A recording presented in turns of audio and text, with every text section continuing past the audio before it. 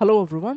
इस वीडियो में हम विजन आईएएस का जो मंथली मैगजीन है मार्च 2026 का उसका इकोनॉमी सेक्शन कवर करने वाले हैं। बाकी के सेक्शंस हम ऑलरेडी कवर कर चुके हैं। Okay, now let's start. अब सबसे पहला जो टॉपिक है that is related to Bharat Audyogik Vikas योजना। औद्योगिक बेसिकली मींस इंडस्ट्रियल डेवलपमेंट की हम बात कर रहे हैं। अब यहाँ पे दो तीन चीजें समझो। देखो, हमारे पास यंग वर्किंग एज पॉपुलेशन है जिसको हम बार बार बोलते हैं डेमोग्राफिक डिविडेंड है। अब प्रॉब्लम कहाँ पे है? प्रॉब्लम ये है कि हमारा रफली 50% पॉपुलेशन है वो एग्रीकल्चर पे डिपेंडेंट है इन टर्म्स ऑफ एम्प्लॉयमेंट। तो अगर मैं बात करूं एम्प्लॉयमेंट में सबसे बड़ा कंट्रीब्यूशन है वो किस सेक्टर का है? That is primary sector. और अगर मैं बात करूं जीडीपी में कंट्रीब्यूशन की तो वो टर्सरी सेक्टर है, सर्विसेज सेक्टर। अब है क्या प्रॉब्लम यहाँ पे? टर्सरी सेक्टर है वो उतना एम्प्लॉयमेंट अपॉर्चुनिटी जनरेट नहीं करता। For example in A broader sense tertiary sector रफली 60% कंट्रीब्यूट करता है जीडीपी में, बट एम्प्लॉयमेंट में रफली 30%, मतलब हाफ मान के चलो। तो अब हमें बेसिकली करना क्या है? हमें एम्प्लॉयमेंट अपॉर्चुनिटीज जनरेट करनी पड़ेंगी, और वो भी कौन से सेक्टर में? क्योंकि टर्सरी में ज्यादा एम्प्लॉयमेंट अपॉर्चुनिटी है नहीं, प्राइमरी ऑलरेडी ओवरबर्डन्ड है, जिस चीज को हम क्या बोलते हैं? Disguised unemployment. Disguised unemployment. और इसके अंदर होता क्या है? मार्जिनल प्रोडक्टिविटी आपका क्या हो जाएगा? जीरो हो जाएगा। मार्जिनल प्रोडक्टिविटी का मतलब क्या है? मार्जिनल प्रोडक्टिविटी का बेसिक मतलब ये है, एक सिंपल सेंस में मान लेते हैं किसी एक पर्टिकुलर खेत में काम करने के लिए 5 लोगों की रिक्वायरमेंट है और उसकी जगह पे 8 लोग काम कर रहे हैं, तो ऐसा तो है नहीं कि उसका प्रोडक्शन इंक्रीज हो जाएगा। तो यहाँ पे जो एक्स्ट्रा 3 लोग लगे हुए हैं टेक्निकली दे आर अनएम्प्लॉयड। वो अगर नहीं भी होंगे तो भी ओवरऑल उस प्रोडक्शन पे कोई असर नहीं होने वाला है। तो ये 3-4 चीजें आपको ध्यान में रखनी है। अब सरकार इसीलिए लेबर इंटेंसिव सेक्टर्स हैं उन सब के ऊपर फोकस कर रही है, और उसी कंटेक्स्ट में ये जो इनिशिएटिव है भारत औद्योगिक विकास योजना, ये न्यूज में था। अब इसमें हम क्या बना रहे हैं? हम 100 प्लग एंड प्ले टाइप का इंडस्ट्रियल पार्क बना रहे हैं। अब ये प्लग एंड प्ले का मतलब क्या होता है? प्लग एंड प्ले का बेसिक मतलब ये है कि सब टाइप का फैसिलिटी आपको मिलेगा, आप बस आओ और यहाँ पे अपना प्रोडक्शन स्टार्ट करो। एक एक सिंप्लीफाइड सेंस में अगर मैं बताऊं तो जैसे फॉर एग्जांपल हॉस्टल में जब आप जाते हो तो आपको सारी फैसिलिटीज वो लोग प्रोवाइड करते हैं, आपको बस अपना जो बेसिक सामान है वो लेके जाना है ना? उसी तरीके से अगर आप रूम लोगे तो पहले आपको सब चीजें खुद अरेंज करनी पड़ेंगी। तो ये उस तरीके का एक डिफरेंस है। अगेन मेंस का जब आप आंसर लिखते हो तो you need to use these kind of keywords. ठीक है। अब इसके लिए 3-4 चीजें और फैक्चुअल इन्फॉर्मेशन। मिनिस्ट्री कौन सा है? कॉमर्स मिनिस्ट्री है। ड्यूरेशन कितना होगा? 6 साल होगा। इंप्लीमेंटेशन कौन करेगा? National industrial corridor development corporation. तो ये 3 फैक्चुअल इन्फॉर्मेशन आप ध्यान रखेंगे। 6 इयर्स का ड्यूरेशन होने वाला है इसके केस में। और एनआईसीडीसी जो कि नेशनल इंडस्ट्रियल कॉरिडोर। अभी इंडस्ट्रियल कॉरिडोर क्या है? एक सिंपल सेंस में देखो, ये एक इंडस्ट्रियल क्लस्टर है, ये एक इंडस्ट्रियल क्लस्टर है, इन दोनों को जोड़ने वाला जो कनेक्टिंग पाथ है उसको हम क्या बोल रहे हैं? Industrial corridor. इसी तरीके से एक और है डेडिकेटेड फ्रेट कॉरिडोर, डीएफसी जिसको हम बोलते हैं। डेडिकेटेड फ्रेट कॉरिडोर का मतलब एक स्पेसिफिक रेलवे नेटवर्क है for the transportation of freight. अब देखो, फ्रेट ट्रांसपोर्टेशन के साथ दिक्कत क्या है कि अभी हमारे पास सिंगल लाइन है, उसी लाइन पे पैसेंजर ट्रेन चलनी है, उसी लाइन पे आपका फ्रेट ट्रेन चलनी है।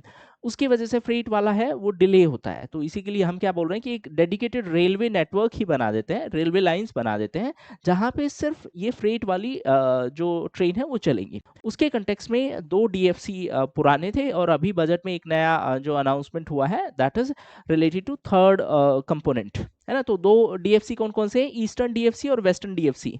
अगर मैं यहाँ पे आपको बताऊं, ईडीएफसी और डब्ल्यूडीएफसी। ईडीएफसी क्या है? ईस्टर्न डीएफसी कहाँ से कहाँ तक है? ईस्टर्न वाला है वो आपका पंजाब से लेकर वेस्ट बंगाल तक है, और वेस्टर्न वाला कहाँ से है? ये यूपी से लेकर और ये महाराष्ट्र तक है। अभी जो नया अनाउंसमेंट होने वाला है, जो बजट में हुआ है अनाउंसमेंट, वो है दानकुनी। दानकुनी कहाँ पे है? जो इसका एंड पॉइंट है, वेस्ट बंगाल वाले का जो एंड पॉइंट है दानकुनी, दानकुनी से सूरत तक का है, वो एक कनेक्टिंग पॉइंट की अनाउंसमेंट की गई है जो बजट में। तो ये फैक्चुअल इन्फॉर्मेशन आपको ध्यान में रखनी है। ठीक है। अब इसके लिए कुछ फाइनेंशियल सपोर्ट की बात की गई है। अगेन 1 करोड़ रुपए पर एकड़, और 50 लाख रुपए पर एकड़, और अप टू 50% ऑफ इंफ्रास्ट्रक्चर। वो एक बेसिक इन्फॉर्मेशन है, वो आप देख लेंगे। नेक्स्ट है रिलेटेड टू डीपीआई। डीपीआई क्या है? Digital public infrastructure. देखो, एक थोड़ा सिंप्लीफाइड सेंस में पब्लिक इंफ्रास्ट्रक्चर का मतलब सरकार ने कोई फैसिलिटी बनाई है लोगों को सर्विस देने के लिए। लेट्स से रोड बनाया है सरकार ने, रोड है वो एक पब्लिक इंफ्रास्ट्रक्चर है। अगर इसी तरीके से सरकार डिजिटल इंफ्रास्ट्रक्चर बनाएगी तो उसको हम बोल देंगे digital public infrastructure. For example let's say आपने यूपीआई का नाम सुना होगा। यूपीआई क्या है? यूनिफाइड पेमेंट इंटरफेस, है ना? एनपीसीआई ने बनाया है। एनपीसीआई क्या है? National payment corporation of India, जो कि आरबीआई के अंडर में है, जो कि सरकार के अंडर में है। मतलब एक सेंस में गवर्नमेंट एजेंसी ही है, रेगुलेटरी बॉडी है। तो पॉइंट क्या है यहाँ पे कि सरकार है वो इंफ्रास्ट्रक्चर बना रही है, digital infrastructure to provide services to the citizens. इसी के कंटेक्स्ट में टर्म होता है डीपीआई, है ना? अब यहाँ पे दो इंपॉर्टेंट चीजें समझेंगे। डीपीआई से सरकार है वो अलग अलग सर्विसेज हैं उनको कनेक्ट करती है और सर्विसेज की डिलीवरी को बेहतर बनाने की कोशिश करती है। अब इंडिया इसी के कंटेक्स्ट में बहुत सारे स्टेप्स है वो ले रहा है कि उसकी सिक्योरिटी से रिलेटेड है, डेटा प्राइवेसी से रिलेटेड स्टेप्स है ना? उसी के कंटेक्स्ट में एक जैम ट्रिनिटी है। अब ये जैम क्या है? देखो, जैम है तीन चीजों का: जनधन, आधार, मोबाइल। पहले मतलब अगर हमें किसी को सब्सिडी देनी होती थी तो पैसे ट्रांसफर होते थे और उस पैसे में बहुत सारा करप्शन था, तो मतलब सरकार 100 रुपए देती थी तो नीचे बहुत कम अमाउंट मिलता। अब उसी चीज को दूर करने के लिए सरकार ने क्या किया? डीबीटी। डीबीटी क्या है? Direct benefit transfer. Direct benefit transfer मतलब जिस बेनिफिशियरी के अकाउंट में डायरेक्टली अमाउंट जाएगा, है ना? तो बीच का जो मिडल मैन वाला जो करप्शन वाला पार्ट था वो हटाने की कोशिश की गई। अब ये डीबीटी पॉसिबल कैसे है? ये पॉसिबल है थ्रू जैम। जैम क्या है? जनधन, आधार, मोबाइल। ये काइंड ऑफ हमने एक डीपीआई बना लिया है, डिजिटल पब्लिक इंफ्रास्ट्रक्चर। इसमें हम आधार की बात करते हैं, हम यूपीआई पेमेंट की बात करते हैं, एंड सो ऑन, है ना? तो उसके अलावा भी बहुत सारे और इनिशिएटिव लिए गए हैं। फॉर एग्जांपल अगर आपको याद हो, डीजी लॉकर करके एक इनिशिएटिव है जो काइंड ऑफ आपका डॉक्यूमेंट सेव करने के लिए। अब अगर मैं बात करूं यूपीआई की, तो यूपीआई के कंटेक्स्ट में दो इन्फॉर्मेशन ध्यान में रख लेना। यूपीआई को अडॉप्ट करने वाला पहला फॉरेन कंट्री है वो है नेपाल, और रिसेंटली अगर मैं बात करूं पहला अफ्रीकन कंट्री कौन बना है यूपीआई को अडॉप्ट करने वाला है, तो वो है नामीबिया। और अगर यूपीआई क्यूआर वाला मैकेनिज्म है वो अडॉप्ट करने वाला पहला कंट्री कौन सा है, तो वो है भूटान। और भूटान का ही वो जीएनएच का कॉन्सेप्ट है ना? जीएनएच क्या है? ग्रोस नेशनल हैप्पीनेस, है ना? हैप्पीनेस इंडेक्स का जो पार्ट है। अब एक और इम्पोर्टेंट चीज यहाँ पे, भूटान रिसेंटली एक और फैक्ट की वजह से न्यूज में था, that is mindfulness city, Gelephu करके माइंडफुलनेस सिटी। नेक्स्ट टॉपिक है that is fiscal health index 2026। अब देखो नाम से ही पता चल रहा है कि फाइनेंशियल हेल्थ की हम बात कर रहे हैं। तो नीति आयोग का ये एक इंडेक्स है कि स्टेट्स है उनका फाइनेंशियल हेल्थ कैसा है, मतलब कितना वो कमाई कर रहे हैं, कितना वो लोन ले रहे हैं, और किस तरीके से वो कमाई कर रहे हैं, और how they are spending their money, whether it is revenue expenditure, capital expenditure, and so on. मतलब ये ओवरऑल एक ट्रेंड एनालिसिस है regarding the financial situation of the states, है ना? तो उसी कंटेक्स्ट में तो दो इंपॉर्टेंट चीजें कौन रिलीज करता है, तो it is released by NITI Aayog. Okay, अब अगर हम बात करें तो इसमें 18 मेजर स्टेट्स कवर है, 10 नॉर्थ ईस्ट के एरियाज और हिमालयन स्टेट्स हैं वो इसमें कवर्ड है। डेटा कहाँ का है, तो कैग का डेटा है। अब इसमें 5 पिलर्स है। कौन कौन से 5 पिलर हैं? क्वालिटी ऑफ एक्सपेंडिचर, रेवेन्यू कैसे वो जनरेट कर रहे हैं, फिस्कल प्रूडेंस मतलब पैसे खर्च करने में वो सावधानी ले रहे हैं या नहीं ले रहे हैं, डेट इंडेक्स और डेट सस्टेनेबिलिटी, कितना उधार लिया है और उस उधार को वो चुका पाएंगे या नहीं चुका पाएंगे। देखो, अंडरस्टैंड द प्रॉब्लम हेयर, अगर बहुत ज्यादा बोरोइंग होगा तो उस बोरोइंग की वजह से इंटरेस्ट होगा। इंटरेस्ट है वो एक रेवेन्यू एक्सपेंडिचर है जिसको हम बेसिकली रिकरिंग एक्सपेंडिचर बोलते हैं। रिकरिंग का मतलब क्या है? बार बार आपको रेगुलरली इंटरेस्ट पे करना पड़ेगा एज लॉन्ग एज आप प्रिंसिपल अमाउंट क्लियर नहीं करते हैं, ठीक है? तो इसमें 3 टाइप के एक्सपेंडिचर इंपॉर्टेंट होते हैं। आईपीएस, आईपीएस क्या है? इंटरेस्ट, पेंशन और सैलरीज है। इस टाइप के एक्सपेंडिचर को हम बोलते हैं कमिटेड एक्सपेंडिचर। अब ये कमिटेड एक्सपेंडिचर क्या है? कमिटेड एक्सपेंडिचर का बेसिक मतलब ये है कि सरकार को ये पैसे खर्च करने ही पड़ेंगे, उसके पास चॉइस नहीं है। इंटरेस्ट क्यों? क्योंकि उन्होंने पैसे उधार लिए हैं। पेंशन क्यों? क्योंकि ऑलरेडी वो लोग सर्विस दे चुके हैं। सैलरी क्यों? क्योंकि इस केस में भी पहले सर्विस दे चुके हैं लोग। मतलब सैलरी कब मिलता है? मंथ एंड में, इसीलिए मिलता है ना कि आपने पूरा महीना सर्विस दिया और उसके बाद में आपको सैलरी मिलेगा। तो यहाँ पे इस एक्सपेंडिचर को हम बोलते हैं कमिटेड एक्सपेंडिचर। अब अगर ज़्यादा इंटरेस्ट होगा, मतलब बहुत ज़्यादा बोरोइंग है तो ज़्यादा इंटरेस्ट भी होगा, ज़्यादा इंटरेस्ट होगा तो फिर सरकार के पास कैपेक्स के लिए पैसे नहीं बचेंगे। कैपेक्स क्या है? Capital expenditure. अगर कैपेक्स के लिए पैसे नहीं बचेंगे तो फिर इंफ्रास्ट्रक्चर क्वालिटी है वो उतना बेहतर नहीं होगा। तो इस इंडेक्स के पीछे का जो इंटेंशन है वो यही है कि over a period of time हम अपना इंफ्रास्ट्रक्चर क्वालिटी है उसको बेहतर करेंगे। और वो बेहतर कैसे करेंगे? जब हम अपना जो पैसा है उसको सही तरीके से खर्च करेंगे। अब अगर हम इसमें बात करें अलग अलग स्टेट्स के परफॉर्मेंस की, तो इसमें टॉप पोजीशन पे जो स्टेट है that is Odisha, followed by Goa and Jharkhand. ये मेजर स्टेट्स की कैटेगरी है। और अगर नॉर्थ ईस्ट और हिमालयन स्टेट्स की बात करें तो अरुणाचल प्रदेश, और फ्रंट रनर्स की कैटेगरी में गुजरात है, वो फ्रंट रनर की कैटेगरी में है। ऑब्जेक्टिव क्या है यहाँ पे, एक चीज समझेंगे। ऑब्जेक्टिव है कि एक काइंड ऑफ कंपटीशन, एक स्पिरिट ऑफ कंपटीशन है वो प्रमोट करना। इसी चीज को फिर हम बोलते हैं कोऑपरेटिव फेडरलिज्म। एक तो कोऑपरेटिव हो गया, cooperation among the units of federation. दूसरा हो गया कॉम्पिटिटिव फेडरलिज्म, मतलब काइंड ऑफ हम रैंकिंग रिलीज कर रहे हैं, डेटाबेस रिलीज कर रहे हैं, so that states can compete with each other.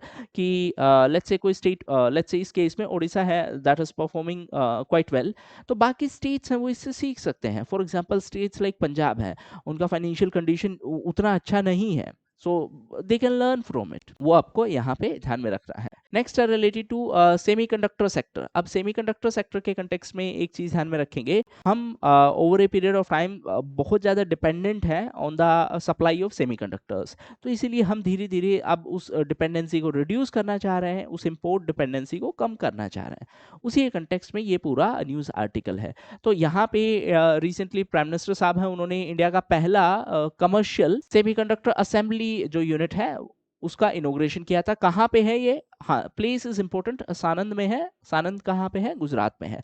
अब यहाँ पे 3-4 इंपॉर्टेंट चीज समझेंगे। A, semiconductor demand is quite high, हम उतना प्रोडक्शन नहीं कर रहे, then what will happen? We will have to import. अब इंपोर्ट के केस में हम इंपोर्ट डिपेंडेंट है, और उसमें एक इंपोर्टेंट इशू क्या है? इशू ये है कि हम खुद भी अगर प्रोड्यूस कर रहे हैं, सो हम कोस्ट को बीट नहीं कर पा रहे। कोस्ट को बीट नहीं कर पा रहे का मतलब क्या है? लेट्स से कोई आइटम है, ये पेन ही है, अगर यहाँ पे डोमेस्टिक मार्केट में ये 80 रुपीज का है और फॉरेन से हमने इंपोर्ट करवाया है तो वो 70 का है, तो फिर कोई भी बायर है वो सोचेगा यार मैं 70 का फॉरेन वाला ही ले लेता हूँ, यहाँ से क्यों लूँ? तो इन ए वेरी सिंपल सेंस हम कोस्ट को मतलब कम नहीं कर पा रहे। वो हमारे लिए एक मेजर हेडेक है, एक मेजर चैलेंज है। ठीक है। अगर मैं बात करूं प्रोडक्शन की, तो ताइवान है, वो one of the leading producer है। रफली 60% दुनिया का वो ताइवान से प्रोड्यूस होता है, और 90% ऑफ एडवांस्ड चिप्स हैं वो ताइवान से प्रोड्यूस होती हैं। अब धीरे धीरे हम इस सेक्टर में बहुत सारे इनिशिएटिव ले रहे हैं। फॉर एग्जांपल सेमीकंडक्टर मैन्युफैक्चरिंग के लिए गवर्नमेंट है वो फाइनेंशियल इंसेंटिव प्रोवाइड कर रही है। तो over a period of time हमारा ऑब्जेक्टिव है कि हम भी अपना डिपेंडेंसी इस पे कम करें। ठीक है। अब उसके अलावा दो इंपॉर्टेंट चीजें हैं। एक तो हम इंडिया सेमीकंडक्टर मिशन 2.0 की बात कर रहे हैं, जो कि बजट में अनाउंस हुआ था। उसके अलावा डिजाइन लिंक्ड इंसेंटिव। देखो, in a very simple sense semiconductor design के लिए भी हम इंसेंटिव दे रहे हैं कि कम डिजाइन इन इंडिया, फिर हम उसकी मैन्युफैक्चरिंग करेंगे, so that over a period of time हम इस डिपेंडेंसी को खत्म कर पाए। हमारे डोमेस्टिक बहुत सारे इनिशिएटिव और बहुत सारे माइक्रो प्रोसेसर प्रोग्राम्स हैं which has led to indigenous processor। indigenous processor का मतलब क्या होगा कि मेड इन इंडिया प्रोसेसर्स हैं। तो ये शक्ति, विक्रम, ध्रुव 64 है। These are some of the indigenous processors, micro processor. अब देखो, अगर मैं बात करूं माइक्रो प्रोसेसर की, तो एक छोटा सा कॉन्सेप्ट है। कंप्यूटर के अंदर सीपीयू होता है जो उसका दिमाग है, उसी तरीके से basic electronic item, let's say fridge है, एसी है, इन सब का जो ब्रेन है, उस ब्रेन को हम बोल देते हैं माइक्रो प्रोसेसर। माइक्रो मतलब बहुत छोटे लेवल का है, प्रोसेसर है, प्रोसेसर मतलब जो सिग्नल्स हैं, जो कमांड है उसको प्रोसेस करता है। That is the basic explanation. Okay, next is related to उड़ान स्कीम। अब देखो, उड़ान क्या है? उड़ान है उड़े देश का आम नागरिक, इसी का एक कंपोनेंट है आरसीएस। आरसीएस क्या है? Regional connectivity scheme. Regional connectivity scheme का बेसिक मतलब क्या है? इसका बेसिक सिंपलेस्ट सेंस में मतलब ये है कि हम रीजनल एरियाज जो पहले से कनेक्टेड नहीं थे, हम उनको कनेक्ट करने की कोशिश कर रहे हैं। ठीक है, तो यही इस स्कीम का ऑब्जेक्टिव है। अब इसी के कंटेक्स्ट में सरकार है, उन्होंने कुछ जो गाइडलाइंस है वो अपडेट की हैं, और इस स्कीम को अप्रूव कर दिया है for the next 10 years, from 2026-27 to 2035-36। अब इसमें ऑब्जेक्टिव क्या है कि 100 एयरपोर्ट है वो अनसर्व्ड एयर स्ट्रिप और मॉडर्न हेलीपैड हम बनाने वाले हैं, ताकि हम एयर रूट से उनको कनेक्ट कर सकें। अगेन, नाम से ही मोरलेस चीज़ें क्लियर हो जाती हैं कि हमें एयर जो इंफ्रास्ट्रक्चर है, एयर ट्रांसपोर्टेशन के लिए जो इंफ्रास्ट्रक्चर है उसको बेहतर बनाना है। इसके अलावा सरकार है वो इंडिजीनियस आइटम्स उनके प्रोक्योरमेंट के लिए भी पुश कर रही है। रिसेंटली HAL है, that is Hindustan aeronautics limited, उसके ध्रुव हेलीकॉप्टर्स और ड्रोनियर एयरक्राफ्ट के प्रोक्योरमेंट के लिए बात हुई थी। अब यहाँ पे एक इंपॉर्टेंट चीज समझेंगे, HAL का एक ध्रुव NG है। एनजी क्या है, नेक्स्ट जनरेशन और न्यू जनरेशन। तो बेसिकली ये एक indigenously developed multi role civilian helicopter है। कुछ इंपॉर्टेंट हेलीकॉप्टर्स हैं वो आपको मतलब नाम ध्यान में रखना है। फॉर एग्जांपल एक LCA तेजस है, लाइट कॉम्बैट एयरक्राफ्ट, वो तेजस। नेक्स्ट है credit guarantee scheme for micro finance institutions. In a very simple sense देखो पहले समझाता हूँ। एक चीज है MLI, member lending institution. Lending institution का मतलब क्या है, जो लोन देते हैं। ये लोग लोन किसको देंगे, ये NBF माइक्रो फाइनेंस इंस्टीट्यूशन, ये लोगों को लोन देंगे। देखो छोटे बोरोवर्स हैं, छोटे बोरोवर मतलब जिनका लोन रिक्वायरमेंट ज़्यादा नहीं है, यूजुअली जिनका फैमिली इनकम ज़्यादा नहीं है, उनकी जो रिक्वायरमेंट है वो भी कम होगी। तो ऐसे लोगों को बड़े बैंक्स लोन देना प्रेफर नहीं करेंगे, क्योंकि अगेन बड़े बैंक्स का टारगेट है बड़े बिजनेसमैन। तो इसीलिए इस कैटेगरी को लोन देने के लिए MFI होती हैं। MFI क्या है, micro finance institutions. NBFC usually इस फील्ड में ऑपरेट करती है। NBFC क्या है, नॉन बैंकिंग फाइनेंशियल कंपनीज। ठीक है, अब NBFC के पास पैसा कहाँ से आएगा, NBFC MFI क्या है, माइक्रो फाइनेंस इंस्टीट्यूशंस। NBFC के पास पैसा आएगा MLI क्या है, मेंबर लेंडिंग इंस्टीट्यूशन। बट क्योंकि ये सेक्शन ऐसा है कि इनका इनकम उतना रेगुलर नहीं है, उतना स्टेबल नहीं है, ज़्यादा इनकम भी नहीं है, तो यहाँ पे रिस्क है। इसीलिए NBFC को ज़्यादा पैसे नहीं मिलते हैं, क्योंकि आगे NBFC किस टाइप के लोगों को लोन दे रही है, जिन लोगों का स्टेबल इनकम नहीं है। ठीक है, तो इसीलिए MLI हेजिटेट करेगा to give money to NBFC। अब यहाँ पे रोल आता है क्रेडिट गारंटी का। क्रेडिट गारंटी का बेसिक मतलब क्या होता है, लेट्स से कि आपने किसी को लोन दिया और मैं गारंटी ले रहा हूं कि अगर ये लोन वापस नहीं चुकाए तो I will pay you this money. That is the concept of credit guarantee. तो अब इसको ध्यान से पढ़ के समझेंगे। The government launched 2.0 version of this scheme, that is credit guarantee scheme for micro finance institutions, और कॉर्पस कितना है, 20,000 करोड़ का।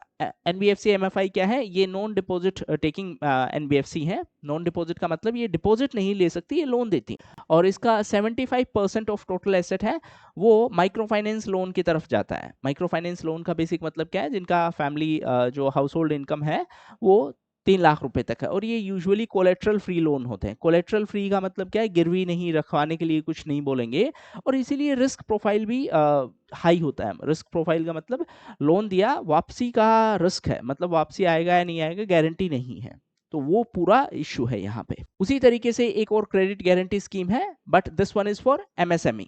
पहले वाला किसके लिए था, MFI क्या था, जो member MLI member lending institutions. हाँ, तो इसके केस में क्या होगा, MSME को लोन मिले, इसके लिए क्रेडिट गारंटी स्कीम है। पहले ये सिर्फ मैन्युफैक्चरिंग यूनिट MSME के लिए था। अब देखो एक छोटा सा कॉन्सेप्ट समझो। MSME यूनिट है, एक छोटी कंपनी है, ये दोनों सेक्टर में काम कर सकती है। ये तो या तो मैन्युफैक्चरिंग में काम कर सकती है, सर्विस सेक्टर में काम कर सकती है।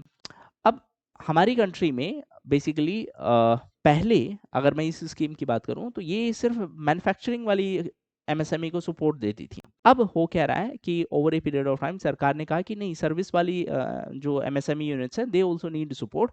तो उसी के कंटेक्स्ट में गाइडलाइंस को अपडेट किया है कि now even service based MSME can receive the benefit under this scheme. पहले एक और रिक्वायरमेंट हुआ करता था, लेट्स से आपने 100 रुपए का लोन लिया तो आपको 75 रुपीज उस लोन अमाउंट का अपनी मशीनरी पे खर्च करना है। बाकी चीजों के लिए आपके पास जो 25 अमाउंट बचेगा वो यूज कर सकते हो। मतलब बाकी जो आपका मेजर चंक है वो आपकी मशीनरी की तरफ जाना चाहिए। अब सरकार ने कहा कि ठीक है, आपको और भी एक्सपेंस करने हैं, for example let's say marketing है या कुछ और एक्सपेंस करना है, तो उसके लिए आप यूज कर सकते हो बाकी के पैसे। पहले ये रिक्वायरमेंट कितना था, 75%, अब ये रिक्वायरमेंट कितना है, 60%। अब यहाँ पे क्वेश्चन एग्जामिनर अगर सेट करेगा तो एग्जामिनर क्या कर सकता है, या तो इस इंफॉर्मेशन को स्वैप कर सकता है। स्वैप का मतलब कि 60 से 75 कर दिया, बढ़ा दिया। सिर्फ आप इतना ध्यान में रख लेना कि कम किया है, ताकि जो MSME है वो अपने हिसाब से डिसीजन ले सके। अगर सरकार है वो अपर लिमिट बहुत ज्यादा फिक्स करेगी, इसका मतलब है कि MSME के पास खुद का डिसीजन लेने का ऑटोनॉमी कम हो जाएगा। ये इस चीज में ध्यान में रख लेना। हाँ, नेक्स्ट रिलेटेड टू GDP। सो अब देखो इसमें GDP बेस ईयर रिवीजन की बात कर रहे हैं, तो यहाँ पे 2-3 चीजें ध्यान में रखेंगे। पहला तो एक तो GDP का डेटा है वो कौन रिलीज करता है, दैट इज मोस्पाई। मोस्पाई क्या है, ministry of statistics and programme implementation. तो मोस्पाई आप ध्यान में रखेंगे। फिर उसके बाद 2022-23 है वो नया बेस ईयर कर दिया है, ये चीज भी ध्यान में रखेंगे। यूजुअली बेस ईयर जब हम फिक्स करते हैं तो बेस ईयर उस साल को फिक्स करते हैं जो फाइनेंशियली स्टेबल हो। अब एक और चीज ध्यान में रखेंगे, over a period of time because of this updation हमारा जो GDP का साइज है ना, साइज वो श्रिंक हुआ है। श्रिंक होने का मतलब क्या है, साइज कम हो गया है। और इसी वजह से हुआ क्या है, देखो थोड़ा मैथ के थ्रू बताता हूँ। लेट्स से हमारा जीडीपी का साइज है 100 रुपए और हमारा फिजिकल डेफिसिट क्या है, कि इस साल का हमारा मतलब ओवरऑल बोरोइंग कितना है। इन ए वेरी सिंप्लीफाइड सेंस, कितना एक्सपेंडिचर है, मान लेते हैं एक्सपेंडिचर है 100 रुपए, इनकम हुआ है 75 का, तो 25 रुपए हमें बोरो करने पड़ेंगे। ठीक है, दैट इज फिजिकल डेफिसिट। तो मान लेते हैं फिजिकल डेफिसिट था 4 रुपए। अब ये तो 4 का 4 ही है, बट हमने जीडीपी है एज ए परसेंटेज अगर मैं बात करूं तो ये 4% होगा। बट अगर हमारा GDP because of revision of this base year, हमारा जीडीपी का साइज अब कम दिख रहा है। लेट्स से ये हो गया है 94, तो अब ये 4 रुपए 94 का ये 4% से ज्यादा ही होगा। तो इसी वजह से हमारा फिजिकल डेफिसिट है that seem to have increased as a percentage of GDP. Please remember, हम as a percentage of GDP की बात कर रहे हैं, ना कि एब्सोल्यूट डेटा की। तो एग्जामिनर है आपको कहां पे फंसा सकता है कि इस पर्टिकुलर स्टेटमेंट को अच्छे से पढ़ेंगे। The nominal size of economy was revised downward which automatically pushed the revised fiscal deficit estimate to 4.51% of GDP। अब यहाँ पे इसको, इस पर्टिकुलर लाइन को समझ लो, फिजिकल डेफिसिट एस्टिमेट अप है ना, तो इसको ऊपर कर दिया। ऊपर क्यों हो गया, 4% से ज्यादा हो गया। अब दिस इज समथिंग जो आपको ध्यान में रखना है। अब एग्जामिनर अगर थोड़ा सा ट्रैप सेट करना होगा तो आपकी जगह पे बोलेगा कि ये भी डाउन हो जाएगा ऑटोमेटिकली। ऑफ कोर्स नहीं होगा, बेसिक मैथ्स है। Next is related to inflation target for 2026 2031। देखो एक सिंप्लीफाइड सेंस में बताता हूँ। इन्फ्लेशन का मतलब है प्राइस राइज, प्राइस राइज का मतलब है कितना महंगाई हुआ है। ठीक है, अब सरकार है इन्फ्लेशन को ट्रैक करती है, मतलब थ्रू आरबीआई।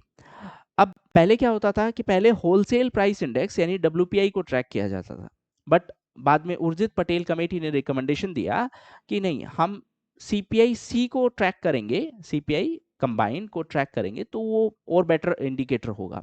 तो उसके बाद उस पर कमेटी की रिकमेंडेशन के बाद में we are now tracking CPI C. इसी कंटेक्स्ट में एमपीसी बनाई गई थी 2016 में। एमपीसी क्या है, मॉनेटरी पॉलिसी कमेटी।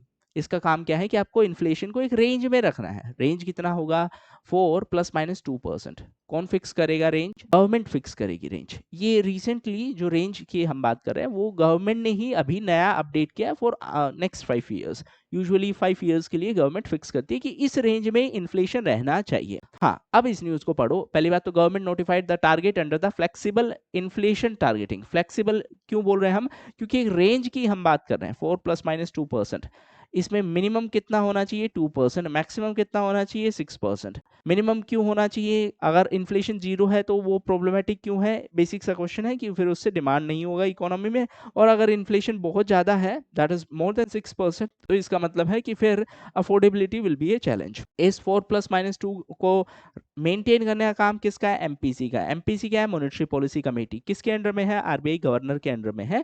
और ये एक स्टेट्यूटरी बॉडी है। Statutory body as per the provisions of, अगर मैं बात करूं एमपीसी की, तो that is as per provisions of RBI act of 1934। अब यहाँ पे दो और चीजें ध्यान में रख लेना। आरबीआई है that is the regulator of banking sector, और रिसेंटली आरबीआई ने जो पेटीएम बैंक है उसका लाइसेंस है वो कैंसिल किया है। ये चीज ध्यान में रख लेना कि लाइसेंस वाला जो प्रोविजन है ना, that is as per banking regulation act of 1949। Examiner कहां पे ट्रैप सेट कर सकता है, that licence has been basically cancelled as per the provisions of RBI act. क्योंकि ऐसा एक क्वेश्चन पहले आ चुका है यूपीएससी में ही, जहां पे उन्होंने कहा कि the powers of RBI are mentioned in the constitution. मतलब ऑफ कोर्स मेरे को एग्जैक्ट वो स्टेटमेंट ध्यान में नहीं है, बट मोर और less this was the intention of the statement that the powers of RBI are mentioned in the constitution, है ना। तो ये चीज ध्यान में रखेंगे। The main source of powers of RBI, दो ये मेजर एक्ट है। One is banking regulation act, जो कि नाम से ही पता चल रहा है, और दूसरा है आरबीआई एक्ट। जो एमपीसी है that is as per RBI act. एक और इंपॉर्टेंट बॉडी है जो आरबीआई से ही रिलेटेड है, that was also in news, and that is PRB, payment regulatory board. Please remember, ये रिसेंटली सेटअप किया गया है सितंबर 2025 में। तो obviously there is a possibility question आ सकता है इस पे। अब ये भी 6 मेंबर बॉडी होती है just like MPC. MPC 6 member body है और इस 6 में से 3 मेंबर है वो आरबीआई की तरफ से होंगे, आरबीआई गवर्नर है वो इसके चेयरपर्सन होंगे, बाकी 3 मेंबर है वो गवर्नमेंट अपॉइंट करेगी, सेंट्रल गवर्नमेंट अपॉइंट करेगी। उसी तरीके से इस पेमेंट रेगुलेटरी बोर्ड के अंदर भी वही वाला प्रोविजन है, ये भी 6 मेंबर बॉडी है। अब ये पहले एक और बॉडी हुआ करती थी बीपीएसएस, उसका सक्सेसर है। सक्सेसर का मतलब अब ये नहीं होगी, ये होगी। अब बीपीएसएस क्या है? Board for regulation and supervision of payment and settlement system. ये चीज ध्यान में रख लेना कि डिजिटल पेमेंट के लिए एक अलग कानून है। अलग कानून कौन सा है? That is payment and settlement system act of 2007। Digital payment वाला सारा काम इसके थ्रू रेगुलेट होता है। इसी के थ्रू फिर एनपीसीआई भी है। एनपीसीआई क्या है? National payment corporation of India. और फिर यूपीआई भी इसी के, एनपीसीआई के ही एक इनिशिएटिव है। रिसेंटली यूपीआई इसलिए भी न्यूज में था क्योंकि 10 साल पूरे हुए हैं। नेक्स्ट है इंडेक्स ऑफ कोर इंडस्ट्रीज। अब देखो कोर इंडस्ट्रीज की जब हम बात करें तो 8 कोर इंडस्ट्रीज की हम बात करते हैं, है ना। इन 8 कोर इंडस्ट्रीज का जो वेटेज है दैट इज रफली 40%। तो as per the report recently ये फाइंड आउट किया गया है कि इनका जो ग्रोथ है वो थोड़ा स्लो डाउन हो गया है और इसीलिए ये पूरा इश्यू न्यूज में था।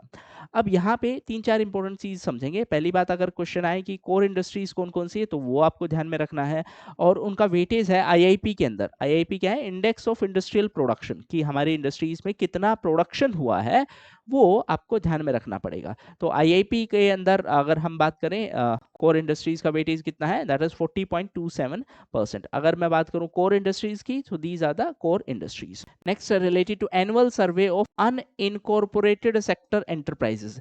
इन ए वेरी सिंपल सेंस, जो रजिस्टर्ड नहीं है, इनकॉर्पोरेटेड नहीं है, उन एंटरप्राइजेस का सर्वे है। रजिस्टर्ड वाली तो अलग से हो गई, कंपनीज हो गई वो, और ये अनरजिस्टर्ड वाली काइंड है, अनइनकॉर्पोरेटेड। और इसका जो डेटा है वो कौन कलेक्ट करता है? इसका डेटा है that is collected by NSO. NSO किसके अंडर में आएगा? मोस्पाई के अंडर में। मोस्पाई क्या है? Ministry of statistics and programme implementation. NSO actually पहले 2 बॉडी हुआ करती थी, एनएसएसओ और सीएसओ। अब इनको मर्ज करके बना दिया है NSO. Next related to FDI policy for land border countries. एक सिंप्लीफाइड सेंस में बताता हूं, जिन कंट्रीज का इंडिया के साथ लैंड बॉर्डर है, अगर फॉरेन इन्वेस्टमेंट वहां से आता है तो उसके लिए रूल्स थोड़े स्ट्रिक्ट हैं। देखो इसके पीछे का बैकग्राउंड ये है कि हम नहीं चाहते कि चाइना से इन्वेस्टमेंट आए और हमारी कंपनीज को कंट्रोल करे। पाकिस्तान से तो क्या ही इन्वेस्टमेंट आएगा। पॉइंट इज बेसिक जो इस पर्टिकुलर रूल्स के अंडर इंटेंशन था, वो इंटेंशन था कि चाइनीज इन्वेस्टमेंट है वो इस तरीके का ना हो कि वो हमारी कंपनीज है उनको फोर्सफुली एक्वायर कर ले। कोविड के टाइम पे ये इशू हुआ था कि चाइनीज इन्वेस्टमेंट था अच्छा खासा और then over a period of time they have taken control over the Indian companies.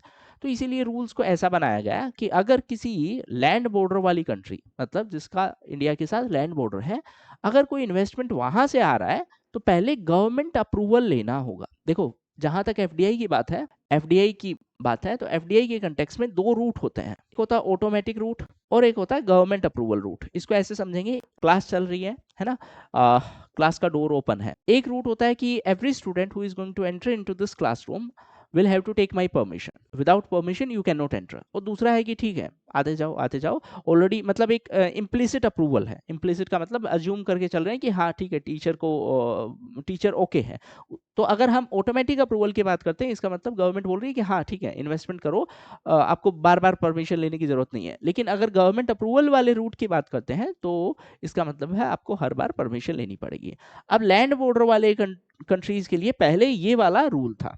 अब इस रूल को थोड़ा सिंप्लीफाई किया है टू प्रमोट द इन्वेस्टमेंट। तो अगर किसी कंपनी में इन्वेस्टमेंट 10% से कम है, ऐसे केस में now they can invest through automatic route. मतलब पहले क्या था? पहले ये था, लेकिन अब वो ऑटोमेटिक रूट से इन्वेस्ट कर सकते हैं, बट कितने परसेंट तक? अगर कंपनी में हिस्सेदारी 10% से कम है, मतलब ऑब्वियस सी बात है कंट्रोलिंग स्टेक्स नहीं है तो ठीक है, वो आपको यहाँ पे ध्यान में रखना है।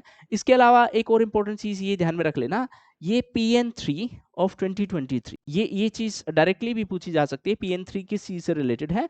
So this is basically a rule related to investment from the countries जिनका इंडिया के साथ लैंड बॉर्डर है, इस 2020 के रूल के हिसाब से क्या था कि आपको गवर्नमेंट रूट से ही आप इन्वेस्ट कर सकते हो, बट सरकार ने अभी क्या कर दिया उसको कि अगर 10% से कम अगर इन्वेस्टमेंट है तो now you can invest through the automatic route as well. अब एक और इंपॉर्टेंट चीज एफडीआई और एफपीआई के कंटेक्स्ट में ध्यान में रख लेना। एफडीआई, एफपीआई, एफपीआई क्या है? Foreign portfolio investment. कैसे? स्टॉक मार्केट के थ्रू। तो एक कमेटी है अरविंद मायाराम कमेटी। अरविंद मायाराम कमेटी ने बेसिकली रिकमेंडेशन दिया था कि अगर 10% से ज्यादा का इन्वेस्टमेंट है, 10% प्लस, तो उसको हम बोल देंगे एफडीआई। अगर 10% से कम वाला इन्वेस्टमेंट है तो उसको हम बोल देंगे एफपीआई। वो भी एक चीज ध्यान में रख लेना।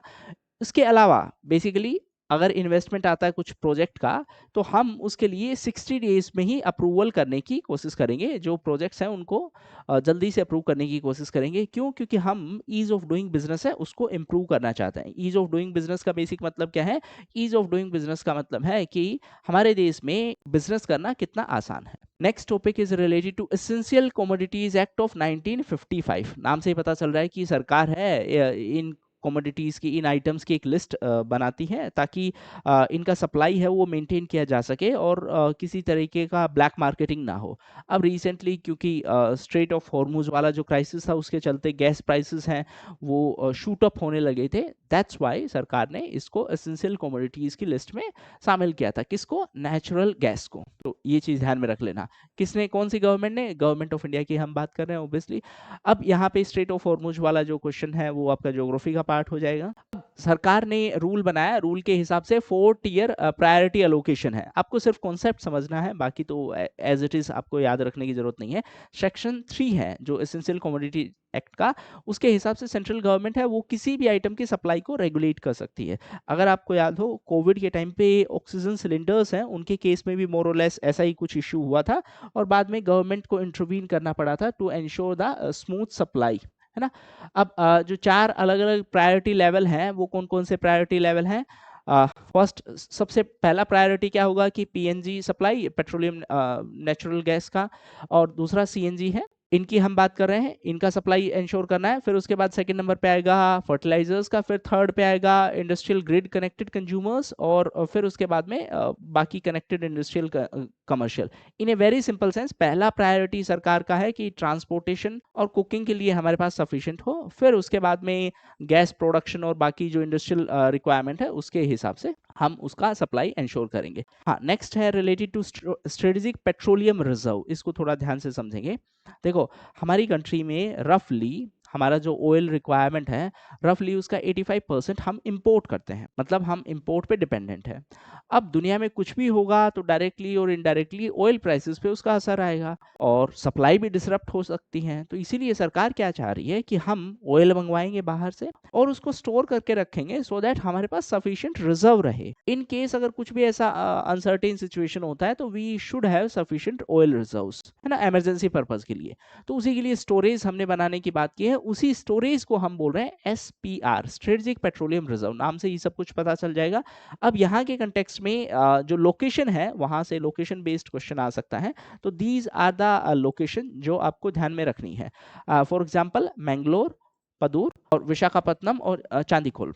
तो ये एक तो क्वेश्चन आ सकता है रिलेटेड टू मतलब कौन सी साइड। एक तो साइड आपको ध्यान में रखनी है, दैट्स क्वाइट ऑब्वियस, एक बार आपने मैप पे देख लिया तो। और दूसरा स्टेट्स है उसका क्वेश्चन आ सकता है। फॉर एग्जांपल विशाखापत्तनम तो ऑब्वियसली आपको पता होगा, मैंगलोर भी पता होगा, पदूर का ध्यान में रख लेना, that is in Karnataka, Chandikhol है दैट इज इन ओडिशा। और ये सेकंड स्टेज की बात है, ये फर्स्ट स्टेज की बात है। Next is related to natural gas and petroleum product distribution order. अब इसका मतलब क्या है? इसका बेसिक मतलब ये है कि हम over a period of time जो हमारा नेचुरल गैस का यूसेज है उसको इंक्रीज करना चाह रहे हैं, उसका कंट्रीब्यूशन इंक्रीज करना चाह रहे हैं हमारी एनर्जी रिक्वायरमेंट्स में। ऑब्जेक्टिव क्या है कि लगभग 2030 तक लगभग हम 15% यूज करें इसको हमारे एनर्जी मिक्स में। एनर्जी मिक्स का मतलब क्या है? एनर्जी मिक्स का मतलब है टोटल हम जो एनर्जी कंज्यूम कर रहे हैं उसमें से कितना परसेंट किस टाइप के सोर्स से हम उसको यूज कर रहे हैं। तो अभी हमारा इसका परसेंटेज कितना है नेचुरल गैस का? रफली 6% है। हमारा गोल क्या है? 15%। कब तक है? 2030 तक। अब इसके कंटेक्स्ट में एक इंपॉर्टेंट डेवलपमेंट है जो आपको ध्यान में रखना है। देखो गैस के प्राइसेस हैं वो डिटरमाइन करने के लिए सरकार ने एक पॉलिसी अनाउंस की थी। पॉलिसी का नाम क्या है? Unified tariff policy. यूनिफाइड का मतलब सिंगल टैरिफ की हम बात कर रहे हैं। और ये पॉलिसी किसने अनाउंस की थी? पीएनजीआरबी। पीएनजीआरबी क्या है? Petroleum and natural gas regulatory board. PNGRB पे ऑलरेडी यूपीएससी प्रीलिम्स में क्वेश्चन आ चुका है, तो इसको ध्यान से समझेंगे। देखो, इसने बेसिकली एरियाज को दो जोन में डिवाइड कर दिया। Let's say this is shows, तो इसके 300 किलोमीटर तक का जो एरिया है वो तो एक जोन हो गया, यहाँ पे प्राइस यूनिफॉर्म रहेगा। इसके बाद का जो डिस्टेंस है, 300 से दूर वाला जो डिस्टेंस है, वो जोन 2 हो जाएगा और उसका प्राइस अलग रहेगा। बस ये चीज ध्यान में रख लेना, मतलब 300 किलोमीटर के सर्कल वाला जो प्राइस है वो यूनिफॉर्म रहेगा, बाहर वाला प्राइस है वो यूनिफॉर्म रहेगा। दो प्राइस जोन है वो बना दी है। पहले ये प्राइस जोन है वो 3 हुआ करती थी। प्राइस क्या है वो सब आपको ध्यान में नहीं रखना, बट हाँ ये चीज जरूर ध्यान में रख लेना कि पहले 3 हुआ करती थी और अब उसको जोन को 2 बना दिया है। किसने लॉन्च की है वो सब ऑलरेडी हम बात कर चुके हैं। उसके अलावा एक और चीज इंपॉर्टेंट डिटेल है जो आपको ध्यान में रखना है। जो पाइपलाइन ऑपरेटर्स हैं, मतलब जिन्होंने गैस पाइपलाइन बना के रखी है, अब मान लेते हैं उनका पाइपलाइन है और वो 75% अब यूटिलाइज कर पा रहे हैं। अब बाकी उनके पास जो कमाई है, मान लेते हैं आपने, मैं एक ओवर सिंप्लीफाइड सेंस में बता रहा हूँ, मान लेते हैं आपने 5 किलोमीटर का पाइपलाइन बना के रखा है और 4.5 किलोमीटर आपका मतलब यूज में आ रहा है, तो इसका मतलब है आप अपना एग्जिस्टिंग इंफ्रास्ट्रक्चर है उसको अच्छे से यूज कर रहे हैं। तो जो रूल्स हैं उनके हिसाब से ये है कि आपके पास जो कमाई आएगी उसका एक हिस्सा आप नए इंफ्रास्ट्रक्चर को डेवलप करने में लगाएंगे। देखो, अंडरस्टैंड इट, सरकार को ये रूल बनाने की जरूरत क्यों पड़ी? क्योंकि विदाउट दिस रूल जो कंपनीज हैं वो सिर्फ एग्जिस्टिंग इंफ्रास्ट्रक्चर को यूज करने की कोशिश करेंगे and they will not invest in the new infrastructure, है ना। तो उसी के लिए ये बेसिकली पॉलिसी में ही मेंशन है that pipeline operators with over 75% utilisation must now allocate 50% of their post tax earning. मतलब आपका मान लेते हैं 4,000 करोड़ का आफ्टर टैक्स अर्निंग हुआ है, तो 4,000 करोड़ का मतलब 2,000 करोड़ रुपए आपको इंफ्रास्ट्रक्चर, पाइपलाइन इंफ्रास्ट्रक्चर के डेवलपमेंट के लिए लगाना है और इसी को नाम क्या दिया है? Pipeline development reserve. अब अगर एग्जामिनर को क्वेश्चन बनाना हो, थोड़ा सा ट्रिकी बनाना हो, तो उसमें एग्जामिनर क्या बोल सकते हैं? That government of India is going to provide 100% subsidy for the development of pipeline infrastructure और समथिंग लाइक दैट। वो आप ध्यान में रख लेना। इसी कंटेक्स्ट में एक और इम्पोर्टेंट डेवलपमेंट है जो कि related to this strait of Hormuz, कि इंडिया ने एक ऑपरेशन लॉन्च किया है, ऑपरेशन ऊर्जा सुरक्षा। नाम से ही आपको पता चल रहा है, बट अगर एग्जामिनर का मन हुआ आपको कंफ्यूज करने का, तो ऊर्जा सुरक्षा से, ऊर्जा से रिलेटेड 4-5 ऑप्शंस आपको दे सकता है just to confuse you. So please remember, इसका पूरा नाम है, इजी वे टू रिमेंबर, ये पूरा क्राइसिस का जो इशू था that was because of US से ध्यान में रख लेना, ऊर्जा सुरक्षा, है ना। तो इससे आप कंफ्यूज नहीं होंगे। नेक्स्ट है related to use of biogas. अब देखो, कुकिंग फ्यूल है वो एकदम से मतलब सप्लाई चेन डिसरप्ट होने की वजह से इशू था, तो बायोगैस है वो न्यूज में आने लगा था। इसी कंटेक्स्ट में ये पूरा आर्टिकल था। अब बायोगैस होता क्या है? उसमें रफली 55 टू 60% मीथेन है। मीथेन के साथ प्रॉब्लम क्या है? जीएचजी है। जीएचजी क्या है? ग्रीन हाउस गैस है।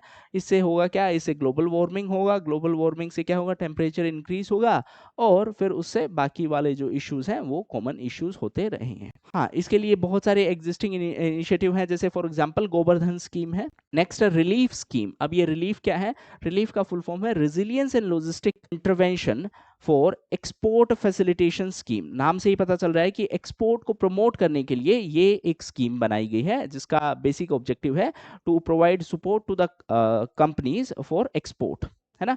अब देखो, last year we had seen one issue कि यूएस ने टैरिफ इंपोज किए, जिसकी वजह से हमारे एक्सपोर्टर्स पे एडवर्स इम्पैक्ट पड़ा। तो गवर्नमेंट ऑफ इंडिया ने एक्सपोर्ट प्रमोशन मिशन है वो अनाउंस किया था। उसी के चलते over a period of time क्या हुआ, जो नए नए इनिशिएटिव हैं वो अनाउंस किए गए। तो ये रिलीफ है, ये भी उसी एक्सपोर्ट प्रमोशन मिशन का ही एक पार्ट है। इसमें हम क्या कर रहे हैं? बेसिकली हम एक्सपोर्टर्स को रिस्क कवरेज प्रोवाइड कर रहे हैं through this export credit guarantee corporation of India. Next है रिलेटेड टू रोडेप स्कीम। अब ये RODTEP स्कीम, ये क्या है एक्चुअली? पहले एक बार समझ लेते हैं। रेमिशन of duties and taxes on exported product scheme. थोड़ा सिंप्लीफाई करके बताता हूँ, ये अननेसेसरी कॉम्प्लिकेट करके दिया जाता है। देखो, मान लेते हैं we are exporting this pen, ठीक है, और इस पेन के एक्सपोर्ट के लिए मैं एक्सपोर्टर हूं और मैंने लेट्स से कि गवर्नमेंट ऑफ इंडिया को 100 रुपये एज ए टैक्स पे किया है या ड्यूटी पे किया है, ठीक है, 100 रुपये। तो जब मैं ये एक्सपोर्ट करूंगा, गवर्नमेंट ऑफ इंडिया वो 100 रुपये मेरे को वापस कर देगी। ये इस पूरी स्कीम का क्रक्स है। वापस क्यों करेगी? सो दैट एक्सपोर्टर को हेल्प मिले। किस तरीके से हेल्प मिलेगी? अगर मान लेते हैं पहले इस पेन का प्राइस है 1000 रुपये होना था और 100 रुपये मैंने सरकार को जो टैक्स दिया वो मैंने मिला दिया, टोटल प्राइस कितना हुआ? 1100 रुपये। लेकिन अगर सरकार मेरे को वो 100 रुपये वापस कर देगी तो वो मेरी जेब से खर्च नहीं हुए, तो अब मैं इस पेन को कितने में बेच सकता हूँ? 1000 में। तो अब इंटरनेशनल मार्केट में जो ये प्रोडक्ट है वो सस्ता होगा तो ज़्यादा बिकेगा, तो एक्सपोर्ट को बूस्ट मिलेगा। इसी के चलते सरकार ने ये स्कीम अनाउंस किया था। इससे पहले एक और स्कीम हुआ करती थी, लेकिन उसको डब्ल्यूटीओ के कंप्लायंस के चलते उसको मतलब बाद में कैंसिल करके ये वाला स्कीम इंट्रोड्यूस करना पड़ा। तो ये क्यों न्यूज़ में था? बिकॉज ऑफ दिस एंटायर हाँ, पहले वाली जो स्कीम थी वो हालांकि नाम नहीं पूछेगा आपसे, MEIS स्कीम। MEIS क्या है? Merchandise export from India scheme. ठीक है। नेक्स्ट है नेशनल शिपिंग बोर्ड, नाम से ही पता चल रहा है शिपिंग सेक्टर के लिए। अब यहाँ पे एक इंपॉर्टेंट चीज ध्यान में रख लेना, ये एक परमानेंट स्टेट्यूटरी बॉडी है। किसके हिसाब से? That is under the merchant shipping act of 1958। और ये बोर्ड है, इसका मेंबर्स कैसे इलेक्ट होते हैं ये जरूर समझ लेना, क्योंकि मतलब आपको अनयूजुअल लग सकता है। दैट इसके 6 मेंबर्स हैं, they are elected by the parliament. उसमें से 4 मेंबर है वो लोकसभा से होंगे, 2 मेंबर्स हैं वो राज्यसभा से होंगे। तो यहाँ पे एक मीटिंग हुई थी शिपिंग सेक्टर के कंटेक्स्ट में, तो बस उसी के कंटेक्स्ट में ये बोर्ड न्यूज में था। नेक्स्ट है इंफ्रास्ट्रक्चर इन्वेस्टमेंट ट्रस्ट। थोड़ा सिंपल करके समझाता हूँ। आपने म्यूचुअल फंड का नाम सुना है? म्यूचुअल फंड का मतलब क्या होगा कि अलग अलग लोग आएंगे, let's say I am mutual fund manager, अलग अलग लोग आएंगे और मेरे को पैसे देंगे, मैं उनके पैसे इन्वेस्ट करूंगा। उसी तरीके से लेट्स से कि आपको रियल एस्टेट में इन्वेस्ट करना है। अब आपको मान लेते हैं इन्वेस्टमेंट करना है 50,000 रुपए का। रियल एस्टेट का लिए 50,000 रुपए तो इट्स लाइक पीनट्स, कोई सेंस नहीं बनेगा, आप डायरेक्टली कुछ नहीं खरीद पाओगे। तो उसी के लिए इन्वेस्टमेंट ट्रस्ट होते हैं। अब इसमें 2 इंपॉर्टेंट इन्वेस्टमेंट ट्रस्ट आप समझ लो, एक होता है REIT, real estate investment trust, और दूसरा है इन्विट, इंफ्रास्ट्रक्चर इन्वेस्टमेंट ट्रस्ट। इसका मतलब क्या है? अगर आपको इंफ्रास्ट्रक्चर प्रोजेक्ट में इन्वेस्ट करना है तो आप इसको पैसे दोगे। लेट्स से 2 लोग हैं, 2 क्या अनलिमिटेड मान सकते हो आप इसमें, ये सब लोग यहाँ पे पैसे देंगे और फिर ये वाले पैसे इंफ्रास्ट्रक्चर प्रोजेक्ट में इन्वेस्ट किए जाएंगे। अगर आपको रियल एस्टेट में इन्वेस्ट करना है तो आप इसको पैसे दोगे और फिर ये रियल एस्टेट में इन्वेस्ट करेंगे, आप सबके पैसे को मिला के। ये पूरा इन्वेस्टमेंट ट्रस्ट का कॉन्सेप्ट होता है। अब यहाँ पे 2-3 इंपॉर्टेंट चीजें क्यों न्यूज में था? क्योंकि national highway authority of India NHAI है, उनका इंडिया का पहला पब्लिक इंफ्रास्ट्रक्चर इन्वेस्टमेंट ट्रस्ट है। रिसेंटली इसको BSE पे लिस्ट किया था। अब ये BSE क्या है? Bombay stock exchange. Stock exchange क्या है? स्टॉक एक्सचेंज बेसिकली एक इंटरमीडियरी है, एक मार्केट है। जैसे फॉर एग्जांपल हमें फ्रूट्स लेने हैं तो हम फ्रूट मार्केट में जाते हैं, वैसे ही हमें स्टॉक लेने हैं तो हम स्टॉक मार्केट में जाते हैं। 2 मेजर स्टॉक मार्केट है हमारी कंट्री में, एक है BSE और एक है NSE। NSE क्या है? National stock exchange. BSE क्या है? Bombay stock exchange. BSE है वो सेंसेक्स रिलीज करता है। सेंसेक्स क्या है? सेंसिटिव इंडेक्स, मतलब एक लिस्ट है टॉप परफॉर्मिंग कंपनीज की। सेंसिटिव क्यों बोल रहे हैं? क्योंकि ये वोलाटाइल है, मतलब फ्लक्चुएशंस होता है। NSE क्या है? National stock exchange. ये क्या रिलीज करता है? ये निफ्टी 50 रिलीज करता है। ये मतलब टॉप 50 कंपनीज की लिस्ट है, वो रिलीज करता है। इन सबको रेगुलेट कौन करता है? तो रेगुलेशन वाला काम है सेबी का। सेबी क्या है? Security and exchange board of India. एक और इंपॉर्टेंट चीज ध्यान में रख लेना कि सेबी के कंटेक्स्ट में, कि सेबी इनिशियली जब सेटअप किया गया था then it was executive body 1988 में, बट फिर 1992 में इसको स्टैट्यूटरी पावर्स दी गई थी। नेक्स्ट है रिलेटेड टू BIS। BIS क्या है? Bureau of Indian standards. So understand, जो आपने BIS मार्क या हॉलमार्क वाला वो सब चीजें सुनी होंगी, तो उसके कंटेक्स्ट में ये इंपॉर्टेंट है। अब रिसेंटली BIS में कुछ चेंजेस अनाउंस किए गए थे, उसी के कंटेक्स्ट में ये न्यूज में था। अब इसमें रिसेंटली जो HCS का एग्जाम हुआ था उसमें एक क्वेश्चन था, दैट्स इंटरेस्टिंग वन, तो that can be asked in other exam as well. Question क्या था कि BIS हो गया, ISI मार्क हो गया, हॉलमार्क हो गया, एग मार्क हो गया, इसमें डिफरेंस क्या है? देखो, एग मार्क का तो नाम से ही पता चल रहा है कि एग्रीकल्चर प्रोडक्ट के लिए है। ISI है दैट इज फॉर स्टैंडर्ड्स, और हॉलमार्क है that is for purity, usually jewellery के लिए यूज होता है। तो ये चीज समझेंगे आप। BIS जो ISI मार्क है उसके लिए बॉडी कौन सी है? BIS है, bureau of Indian standards. Hallmark के लिए भी BIS है, और एग मार्क के लिए department of agriculture and farmers welfare.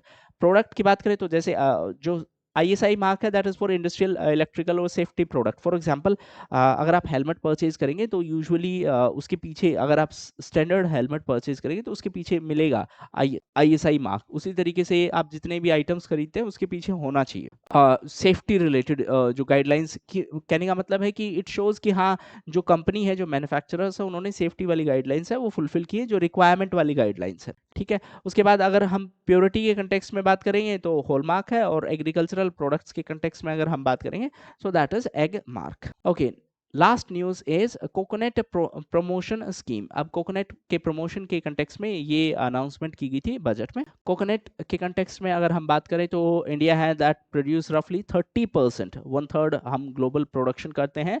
इसके प्रमोशन के लिए एक कोकोनट डेवलपमेंट बोर्ड है and that is under ministry of agriculture. ये एक स्टेट्यूटरी बॉडी है। और अगर मैं टॉप प्रोड्यूसर्स की बात करूं so they are Kerala, Tamil Nadu and Karnataka. And with this we have covered the March magazine of Vision IAS, that is monthly magazine of Vision IAS March 2026।